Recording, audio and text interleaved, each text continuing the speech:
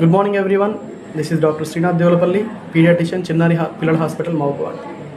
చాలామందికి హాస్పిటల్కి వచ్చిన తర్వాతకి అడిగే ఫ్రీక్వెంట్ క్వశ్చన్స్లో ఒకటి, మా పిల్లగాడికి కర్డ్ తినడం వల్ల నంజు వచ్చిందండి, బనానా పెట్టడం వల్ల నంజు వస్తుంది, మొన్న పిల్లగాడు సంత్రాలు తిన్నాడు, విపరీతమైన సర్ది పట్టేసింది అని చెప్తుంటారు. బట్ మీకు ఒక విషయం తెలియాలంటే ఇది ఒక పెద్ద మిత్. మీకు అర్థం కావాల్సిన విషయం ఏంటంటే వీటికి నంజుకి ఎటువంటి సంబంధం లేదు. ఇన్ఫ్యాక్ట్ కర్డ్ తినడం వల్ల ప్రేగులకు అందాల్సిన ప్రోబయోటిక్స్ అన్ని ప్రేగులకు మంచిగా తయారవుతుంటాయి, అబ్జార్ప్షన్ మంచిగా అవుతుంటుంది, అరుగుదల బాగుంటుంది, హెల్దీగా అవుతుంటుంది గట్, ఇంకా ఇమ్యూనిటీ పవర్ పెరుగుతుంటుంది, ఎపిటైట్ ఆకలి మంచిగా ఇంప్రూవ్ అవుతుంటుంది. ఇలా మల్టిపుల్ యూజెస్ ఉంటాయండి కర్డ్తో. అలాగే బనానాలో పొటాషియం బాగుంటుందండి, దీంతో కాన్స్టిపేషన్ ప్రాబ్లం రాకుండా ఉంటుంది. ఇంకా బ్రెయిన్ కూడా హెల్దీగా తయారవుతుంటుంది. సో ఇలా there are multiple uses with all these things.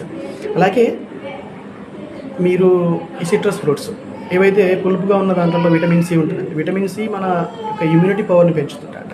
దాంతోపాటు మనం తిన్న ఫుడ్లో ఉన్నటువంటి ఐరన్ ఏదైతుందో అది మంచిగా అబ్జార్ప్షన్ అయ్యేలాగా చేస్తుంటాట.